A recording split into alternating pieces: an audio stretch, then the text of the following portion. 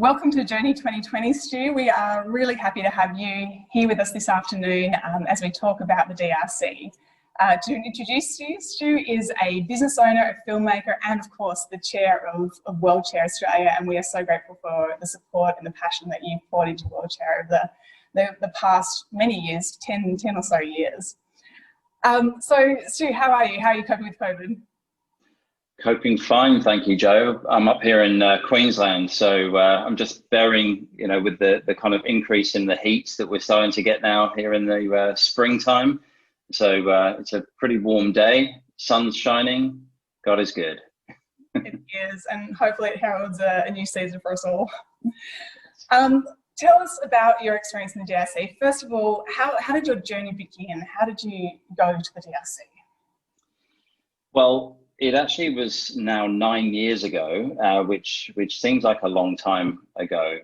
However, it's one of those journeys that certainly has never really left my mind. I keep revisiting the experiences that I had there frequently. It kind of comes up in stories. People ask me questions, partly because I've got photographs around the house, large prints that I've from my trip there, which we'll obviously get into. But it came about because I was invited by WorldShare. This is obviously before I was a board member. I was really a supporter of some of the other partnerships that WorldShare is involved in. And I was invited to basically create a documentary photographic book about the work of Heal Africa. And the reason why I was invited to do that was because I'd produced a book for a different partner of obviously of WorldShare, and so they invited me at the time. Not the previous, but the one before the previous CEO actually invited me to consider doing a documentary book about Heal Africa, about the partnership really between Australian supporters and the support, and obviously the partner in Goma in the DRC. So it was a real privilege to be asked and to participate in that. Okay, and tell me, what was life like there? How long were you there, and what were the kinds of things that struck you? Yeah, it was. We weren't there very long, to be honest with you. We were only there for a week. I would love to have been there. Well, how do I put this? Actually, if I'm honest, at the time, I think a week was enough. This is me being brutally honest, and it sounds incredibly unfair. But I found it very, very different to anything I've ever experienced before. I would love to go back, but at the time I found it I don't think I was really fully prepared. Even though I've been to many countries in the developing world, this is nothing like I've ever experienced. And I think it's because of literally what you see, or at least what I saw then. Physically, it's a very scarred country. Or a city anyway. I didn't see the whole country. But also, so you see that, but also the people, many of the people that I initially saw appeared very different to the people that I'd seen in Rwanda, the neighboring country, obviously. And to be honest with you, I'd gone to Rwanda with a sense of I was more prepared for that. And I'd anticipated that would have been more impactful because of obviously the genocide. I was very much impacted by visiting the Genocide Museum in Kigali. But I found an amazing restoration in the people of Rwanda. A sense of joy had returned to them, and yet when I went to the DRC, it was like walking from. Well, the way I described it to many people is like it felt like almost going to another planet, if you could imagine that. I mean, I've never been to another planet; none of us have, but it felt alien to me, and that the people were very different, even though they many of them from very similar tribes. Their attitude was very different, and that really impacted me. When I kind of crossed across the border. I've actually got a couple of shots that I might show you. I'll just bring those up on screen for you. The first one is actually of the team. We didn't all travel together, but in fact, the guy in the center of the screen with a check shirt and shorts on, that's my dear friend, Jim Collins. He and I are partners in this sort of venture together, and he wrote the stories up for the book. But the other people in the group picture that you see there, a couple of them were joining us on the trip, They were visiting the partners, and some of them, of course, people that have been visiting Heal Africa for many, many years. And there'll be a number of people there that are familiar to supporters of ours at WorldShare. And then, of course, there's some of the folks from Heal Africa, from the hospital, who work there. Some from overseas, like from America and Canada, that you know, frequently go to the hospital as well to volunteer. And then, of course, there's a lady to the center right with the sort of ginger curly hair. That's Lynn Lucy, who is the co-founder of Heal Africa, who sadly passed away a number of years ago. But she was an incredible woman and really inspiring, and frankly made a huge impact on my life in this story, on this journey. And so, and she's married to Joe Lucy, who obviously is one of the founders as well of Heal Africa. But that's just a group shot. But what I wanted to show you, in fact, was some of the street shots. I understand that it looks very different now. I've been told that apparently, the streets are now paved, many of them. But what you're seeing in these photographs, these streets were in quite a poor condition because the neighboring volcano had erupted years earlier and decimated the city. And so these people were rebuilding their homes on top of the cooling volcanic rubble. And it just looked like they were building on top of a rubbish dump. What's also interesting, though, is in the background of these huts that you see are these quite nice looking houses. And that was part of the reason why I took this photograph, because there was this definite sense of something really odd going on in the Congo, which was there was extreme poverty, but then there were clues to something else, another story going on that I never quite understood at the time, but I've come to understand a bit more now, which is around the mining industry and some of the other aspects of, which probably we may not have time to go into today, but it's sort of inspired some other thinking that I'll probably speak a little bit more to in a moment. But this is the street scenes. You know, you're faced with, well, this was funny because apparently this guy failed to obey the local council regulations and put his house a little bit too close to the road.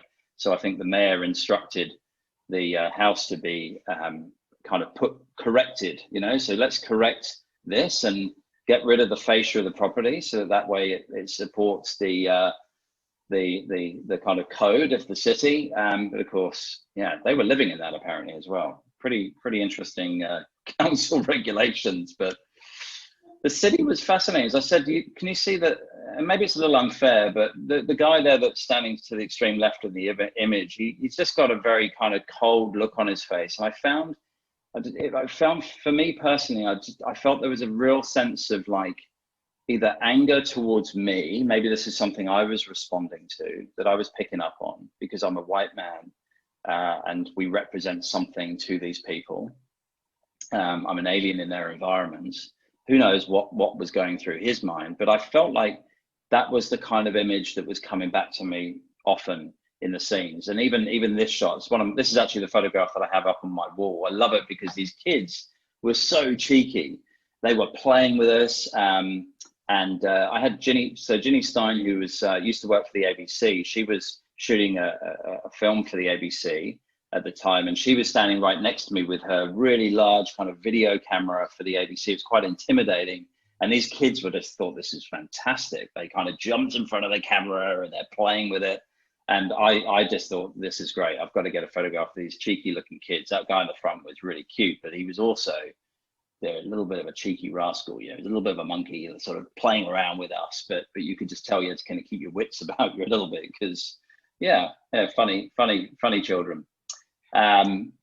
So yeah, I'll come back to this other picture in just a moment. So that was what the streets looked like 9 years ago. As I said, I think from what I understand, they've been improved a lot. The Chinese have generously built nice smooth roads to help, you know, move their minerals from door to door. So we can, but that's another conversation. No ulterior motive there, is there? I'm not saying anything. I really resonate with what you were saying about the experience between Rwanda and Congo, because had the privilege of spending some time in Congo as well. And from the outside world, similarly, all the questions that I received are, what about Rwanda? That must have been really tough. And I did remember feeling like, well, no one's asked about Congo and no one knows about really what is going on there and just how much tougher things are there. So yeah, really know what you're talking about when you're mentioning that. Tell me about church. Did you get to any church services? What was a church experience like in Congo? Amazing. I went to one. There's actually a church connected to the Heal Africa Hospital, which they meet regularly, actually, not just once a week. And you know, it was just so exciting. It was funny. It was like an oasis, you know, in that it was this delicious place to come and drink from. In that, you know, compared to what the story I've just shown you around the sort of despair that I was seeing on the streets, you know, there was a joy in the church. You know, there were many, you know, parents of small children who were clearly elated, filled with joy because because their kids had been healed, because their kids were actually receiving medical help from professionals that, you know, you and I would take this for granted. We can take our children to A&E if there's an emergency, but there in that part of Africa, a hospital like Heal is just an oasis. It's a miracle. You know, the facilities that they have, it may not look on the surface like the hospitals that we have in Australia, but it's a miracle. The kind of facilities that they have there are just incredible. So the joy that I experienced in that church service, I think, was because that they were recipients of extreme kindness. You know, this beautiful picture of people that were just overwhelmed with having received excellent medical care. And so, in fact, I do have a photograph, and I want to share this story actually, just briefly. And that is this picture, not this one, the one I already shown, but the one next to it, which is, oops, this one here of this child. We were asked in the last day of attending when we went to the church service on the last day, Joe invited us. Joe Lucy used to preach a lot, and he said to us, would Jim and I like to just speak for a few moments? Well, Jim actually was invited to preach because he's a pastor. So Jim spoke first, and for about 45 minutes, and I was sitting quite uncomfortably in my seat thinking, golly, he's actually said everything. I don't really know what else to say. What am I going to say? I'm like, he's told all these great stories. He's a really good storyteller. And I was left sitting there in this moment feeling really, I was getting quite hot. Like, as I was thinking, I was perspiring, wondering, I've got nothing to say. I don't want to let these people down. They're going to think this guy is just on some kind of holiday. He's got no story to tell. And then just in that moment, I was looking at these kids, these little kids, like this child that you're seeing here, on their mother's knee, several of them. And I just remembered, and it was like the Spirit spoke to me. The Lord dropped this story in my mind where it was like, I just felt God saying, tell them your story. And instantly I knew what that was. I knew what God was prompting me. And that was that I was born with a club foot. These children, many of the children in Goma that go to this hospital, for some reason, I still don't understand exactly why. Joe Lucy's tried to explain it to me, but many children are born with club feet. But the miracle of Heal Africa is that they are providing healing to children who have club feet. And you can see this child here has got this interesting pair of shoes on a bar, this apparatus that the kid actually from birth, they kind of actually manipulate their feet. They don't even have to have surgery now. It's called the Ponseti technique, named after a particular doctor overseas that invented this sort of massaging of the bones, and they kind of get manipulated back into place. Now, when I was a kid, I had an operation. Now, that was a few years ago.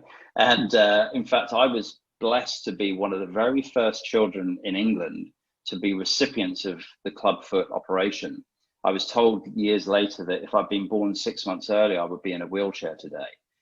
And I sat there and felt an overwhelming joy that I can walk. No one would know that I've had a clubfoot. And I thought, I need to tell those mothers. And I stood up and I told my story, and I said, you know what? I can promise you that your children are going to be able to run and jump and skip and have fun like the children, like any child. You know, this is a temporary thing. They're going to be healed. And and I said, do you know how I know that? And I was wearing long pants at the time, but I rolled my trouser legs up and I showed them because my right leg is slightly thinner than my left leg because I was in plaster for 4 years, my first 4 years of life. And I was able to say, look at my legs. Notice there's a little difference? Well, that's only what you see, but I can run, I can jump. And I started running and jumping and hopping and skipping. And these women were just amazing. They started, like they do this ululating thing. It's like la la la la la, that kind of thing. And I wasn't a very good impression, but they kind of was singing for joy, and it was really cool. I just felt like I didn't have a big story, like a long kind of thing to say that like Jim did, but I just felt like that was something really personal that clearly connected with these mothers, and they were weeping, and I was kind of weeping, and it was so much fun. And I just felt like God really brought me to that hospital because of that story. So yeah, I know, it was fun. That was the church service. Yeah, right.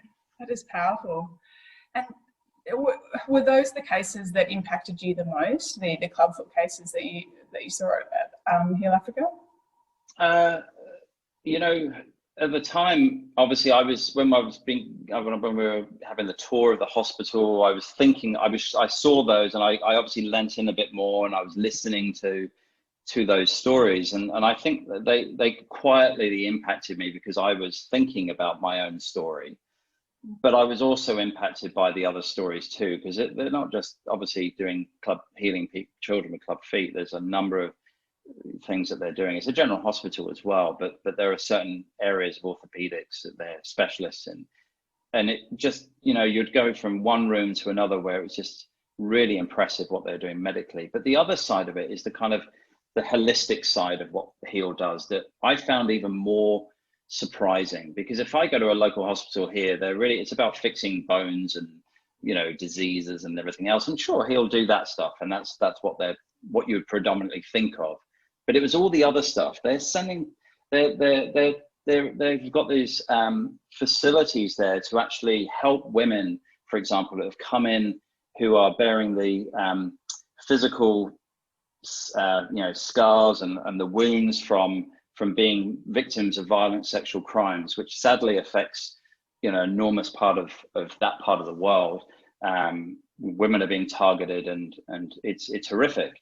And so they come in and they're being healed, but while it's a long process, and so while they're actually going through treatment, having many operations, in those times when they're resting or staying on site, they actually get taught different trades and so on, like how to sew and how to make handicrafts and things like that, given a profession. The reason being is because when they leave that hospital, sadly, many of them aren't able to return home because they're ostracized from their community. And so they need to give them skills so that they can actually, earn money for themselves. Now that's just something, just a snippet of an example. I could talk for much longer on this area, but of where Heal does so much more than just physically heal. It provides people with an economic future for them, and a spiritual future, because of course it's completely wrapped in a Christian ethos. And that, obviously I mentioned the church service, but the as Joe pointed out to me, Joe Lucy, in fact it's in the book, if many of you have probably seen the book, or some of you have, there's this great story in there where Joe Lucy says that every single member of staff that joins Heal Africa receives a copy of Rick Warren's book, The Purpose-Driven Life, and the Bible. Obviously, they probably get a few medical journals as well, but I love the fact that it's really not just about what we can do in the physical. It's about what we can do in helping restore lives, in their community, but also what we can do to help restore people's spiritual lives.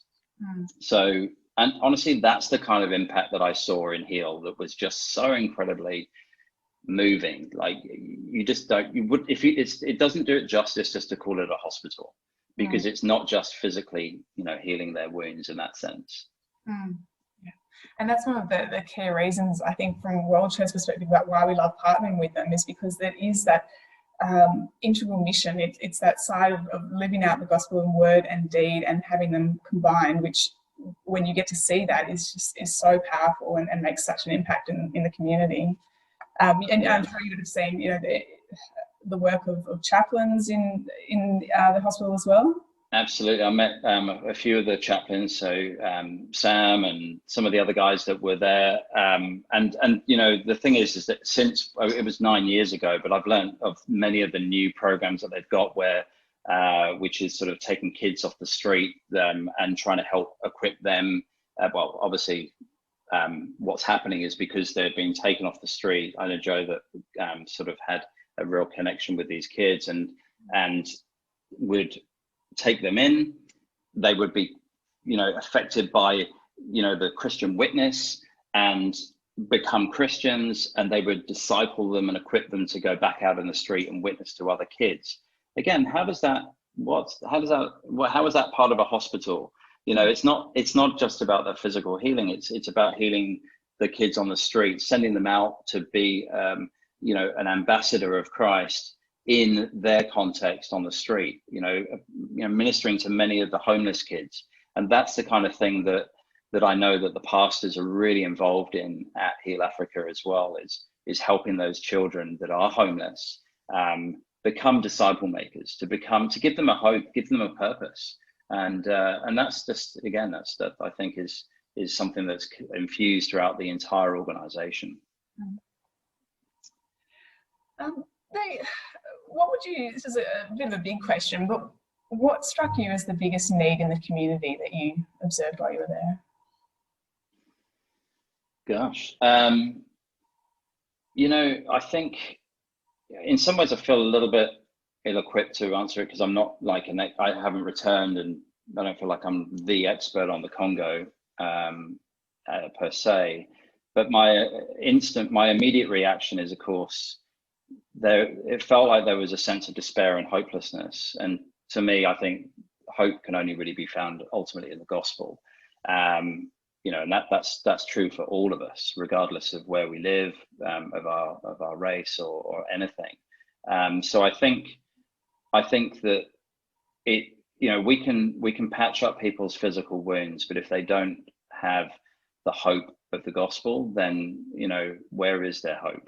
And I think that's ultimately going to be the biggest need for a place like the DRC. We need to help them financially, of course, and that's enormously important. But I think it's knowing where you're going to, when I support Heal, or if I support anything, I'm always thinking, well, look, can I support someone where that financial support is somehow going to multiply in a way that it's going to be beyond just the financial resource. It's actually going to do some kind of thing for them holistically, spiritually, and in their community as well. And I think that's got to be, to me, the biggest job. And it's not something that necessarily is a quick fix. Rather, it's something that we need to stay and you know, this is why Heal's been a part of the WorldShare story for a long time, and we're not the only partner to support them. We're one of many, and I think that's really important, that we stay with them for a long time to help them, because it's not a quick journey. There's some deep healing that needs to take place because of, you know, cultural things that have happened over many hundreds of years, many generations. So you know, it's complex. But I think the healing of the gospel that the gospel brings is absolutely essential to all of us, and of course to those in the Congo as well. And often when people go on trips, and it sounds like this has been you know, a pretty life-changing trip for you, often there might be a moment that is a pivotal, defining moment of the trip. Is there anything like that in your case? Well, the thing is, I mean, that story I told you about the club foot was pretty amazing, because you know, it's rare that I feel God so powerfully speak to me, but that was definitely a moment where the Holy Spirit really kind of dropped something in my heart to share. I think though, and I know that we kind of touched on this at the beginning, but I think the thing for me is that I left feeling like there was a lot more to tell in this story. And I'm a storyteller. I love telling stories. I love hearing stories, and I think stories are so powerful because, yes, they inform, but they inspire as well. Hopefully a good story will I'll think of an example. We, as a family, my wife and I, if we watch a movie, if it's a great film, we inevitably get to the end of the film and we're jumping online to find out who wrote the film. Why did they write it? Were they inspired by true events? Who were the actors? We kind of find ourselves going on a tangent for another hour after the film's finished, if it's a great film. And that's the kind of power of story. And I came away feeling like I need to tell this. There's more story to be told here. And so that was something that really impacted me in a way that very few stories have impacted me. I mean, I haven't got like a big, long list of stories that I really need to tell, but I feel like at some point, this is going to be a story that needs to be shared, not just in a book, but probably on screen, if that answers your question. Well, that's actually a fantastic segue, because there you go. I have heard that there is a possibility of some kind of film being developed around the DRC, and you are the CEO of Strategist, and so your focus right now is on telling stories, and so that sounds fairly exciting, but I take it this is a side thing that you're thinking of? Yeah, it's definitely a passion project in a sense. I mean, I actually wrote now about 3 years ago, I started writing what is in draft called Victim. And it's a story, a narrative, a dramatic feature film that I've written a script for. I'm only in my third draft of the film at the moment, but it's the good news is this was something, again, going back to Joe and Lynn, when I was speaking with them, I actually spoke quietly to Lynn and I said to her, look, she was very unwell at the time. Well, she didn't look unwell. She was just getting on with things, but she was unwell. She had cancer. And I said to her, I was kind of aware of the fact that I may not get another opportunity to ask her permission to tell her story, or at least to capture something of her story. And yeah, I kind of felt like, gosh, I've got to ask her. But I don't want to be insensitive. So I just came up with it and I asked her, I said, look, I really feel like, would you be willing to give me permission to share your story? And at the time I thought it was going to be a documentary anyway. And she said, we talked about it, and long story short, she basically said yes. And then I went to Joe and I spoke to him as well to make sure, and he also said yes. Since then, I've changed my mind from shooting a doco because someone convinced me.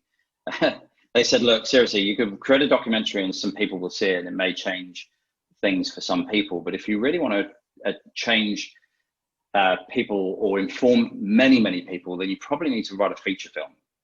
It needs to be a Hollywood feature film, like on the big screen that people are going to go and watch with big bucket of popcorn. And I'm like, really? Gosh, that wasn't at all what I was thinking. But I felt like they were speaking some wisdom to me there. So I prayed about it and thought long and hard, and basically started reading and learning a lot about script writing, because I've written short films, but not a feature. And so anyway, I've since now written that script and had it read several times, rewritten it and rewritten it again. And in fact, I got a copy to Joe Lucy recently, and he endorsed it and said that he's happy for me to go ahead and shoot it, which is a bit of a miracle in its own sense, because as I said, the story is now not just about Heal Africa. It's actually a story about a young lady living in America who actually journeys. She actually becomes a victim of a sexual crime in America, travels to the Congo, discovers the story there of the biggest story of what's been happening to women in Africa and in the Congo, and connects with that story and has a transformation in her own sense, and actually is able to use her own pain, her own suffering to actually help others in that community, but then ultimately returns home. I'm kind of giving you the very skim of the kind of surface level story, because I want everyone to go and watch it. If it ever makes it to screen, that would be a miracle. But it was the story of the women, and the story of not being able to understand why would people do this to other people, that I wanted to be able to help us in the West understand that a little bit, and to be able to somehow do something about that, to be able to respond in kindness and in love somehow. Because right now I'm aware of many thousands of women that are victims of violent sexual crimes in the Congo and other countries, Burundi and other neighboring countries, for similar reasons, similar historic connections and everything else, similar reasons. And so I just wanted to be able to tell that story, because I think if the world knew, I mean, if that was reported on the news every day, like say COVID is, or all these other stories, we'd just be hearing about that, because there's so much of this stuff going on. It's horrific. And I wanted to be able to tell that story, but how many people would want to go and watch a film about, sadly, the truth is people don't just want to go and watch a film about a story in Africa. You need to take them to Africa. So we need someone in our world context to experience something in our world context and be taken to Africa to care, or with the story, to connect with the story. Not care is probably the wrong word, but to connect with it, to understand it. And so I've researched a lot into how to do that effectively, so that hopefully when this story does hit the screens, it will actually really connect with people and help them to learn something of other people's stories, and be able to do something about it. Yeah. It sounds like such a brilliant way to, as you say, have people begin to know more and feel connected to do something about it, because I'm sure we can all picture really powerful videos that we've watched that just take you to another world. Well, the thing is, and if you don't mind, Joe, I forgot to actually show, I've got a couple of pictures I just wanted to show when you asked the question about what, the impact or whatever. These, whoops, I've gone the wrong way again. These shots here, this lady here, this young lady, I think she was like 13, this young girl. These two photographs in particular, these women, both of these women were victims of sexual crimes and were healing from, this lady in particular just had an operation to repair a fistula tear that she had because of a rape. And the lady before that, this lady here, you can see with her child, suddenly some of the women that actually are victims of these crimes also obviously become pregnant. So they need to be housed, and these ladies are actually being housed in a community that Heal Africa have actually set up and established to basically give them a safe house, a safe number of homes, and give them experience, give them facilities to be able to cook for themselves and their children, but also learn skills and so on. So again, that's that kind of holistic care we were talking about. But you can see this lady's smiling. There was a sense of joy and restored hope in these ladies' faces that I saw. And I don't want this story just to be about despair. I actually think what's really important here is to show dignity and show that actually when we care and we show that we say, we hear you, we see you, we see there's a problem, and we empathize with you. We want to help you. How can we help you? What can we do to show love in action? And so that's the question I want people to kind of be touched with. And when I saw this lady and many other ladies that were there, and sorry, the wrong way, this young lady here and the others, I was asking myself, what can I do? Now, I'm not a doctor, but I can tell stories. Will my stories somehow inspire other people to look into the issues that others face in the world, in the developing world, other countries, and ask what can they do? That's kind of what I was thinking. Yeah. Well, please let us know when with the progress and when it comes out, because as I said, a really powerful sounding video, so we'd love to get behind it. It's a journey, Joe, and the thing is, the scary thing is, God's got to be behind it, because nowadays a low budget film is in the tens of millions. Right. And because this is based in New York and in the Congo, it's a multi-location overseas shoot. It's probably more in the 30 to 50 million bracket. And a couple of the actors that I'd love to get on board with this, they're kind of, some of the top Hollywood actors that we're aware of. I think this is a really important story, but you know what? I think if God's in this, I'm just going to dream big, keep writing, get it into the front. I've had a number of people in Hollywood that I know that I'm connected to in the film industry that have said, I think this is really important. You need to keep pushing this. And one person in particular who runs, is very, very involved in the Christian Film and Prayer Network in Hollywood. Many people may not know this, but there's a lot of Christians working in film and television, and they're very, very passionate about you know, obviously, you know, praying for Hollywood, praying in the industry and so on. And this particular person, who was one of the leading leaders in this space, said to me, what's amazing about this story is that it's a story of a person of color. It's a female lead character, and you're talking about sexual crimes against women. This is the time to tell that story. There's three of the ingredients. People are wanting to hear these stories right now. And I think this is the right time for it. So I'm like, oh, great, thanks. No pressure, then I'm better get back to my typewriter. You know. So anyway, but I need more help, to be honest with you, just to even, I mean, obviously, aside from the financial side of it, but just sort of help getting it to the next level. So anyway, there we go. And yes, well, there'll be some immediate hurdles with COVID as well, I imagine, with filming. Yeah, well, hopefully they'll be over by the time this thing starts moving forward.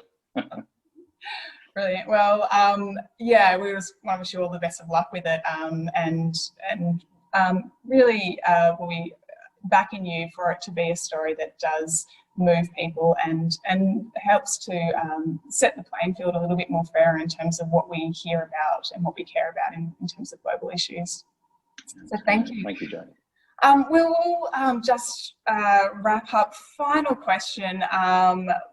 We're nearing the, hopefully we're beginning to see the light at the end of the tunnel in terms of this COVID period, at least here in Australia. Not the case for many countries in the world.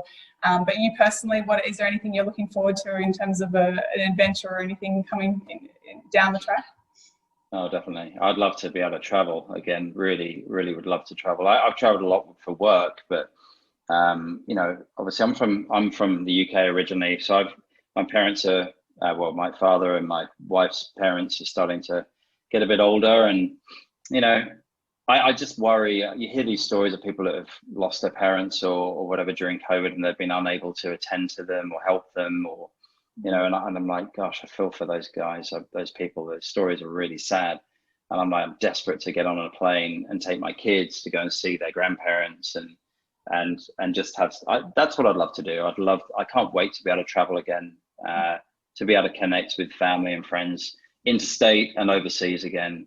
And I'm sure there's people watching this that have family and friends interstate and overseas, and I get it. It's really, really hard at the moment. But thank goodness for FaceTime, and thank goodness for like Zoom and Skype or whatever type of, you know, connectivity you have, or, you know, any type of, I mean, could you imagine this happening? If this had happened 10 years ago or 20 years ago, I mean, it would have felt quite different. Even, I think it would have been even harder than it is now. But yeah, so I want to get in the same room with people again and be able to give someone a hug. Yeah, there's nothing quite like it in person, is there? Yeah. Well, thank you so much for sharing your experiences, and it is incredible to hear how such a relatively short space of time has made such an impact on you and continues to 9 years later. And I think that is a testament to the experience you had in the work of Heal Africa. For those watching, Heal Africa, we are just so honoured to continue to partner with them. They do have pretty significant needs right now as they navigate COVID. Being in a hospital, they're right in the thick of it, and there are a lot of complications that are resulting as a result of the lockdown restrictions. So in the comments box, you'll see an opportunity to support them financially. If you would like to do that, please do so, and your continued prayers for them. We send out our prayer updates. I really appreciate it as well. At the moment, we are particularly trying to support them as they respond to COVID. So that's a particular appeal we have for some of our community projects there. So thanks so much for tuning in and watching. I hope you enjoy the rest of your afternoon.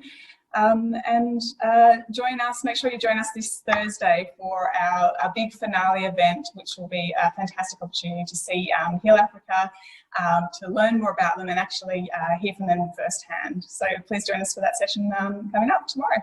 Thank you.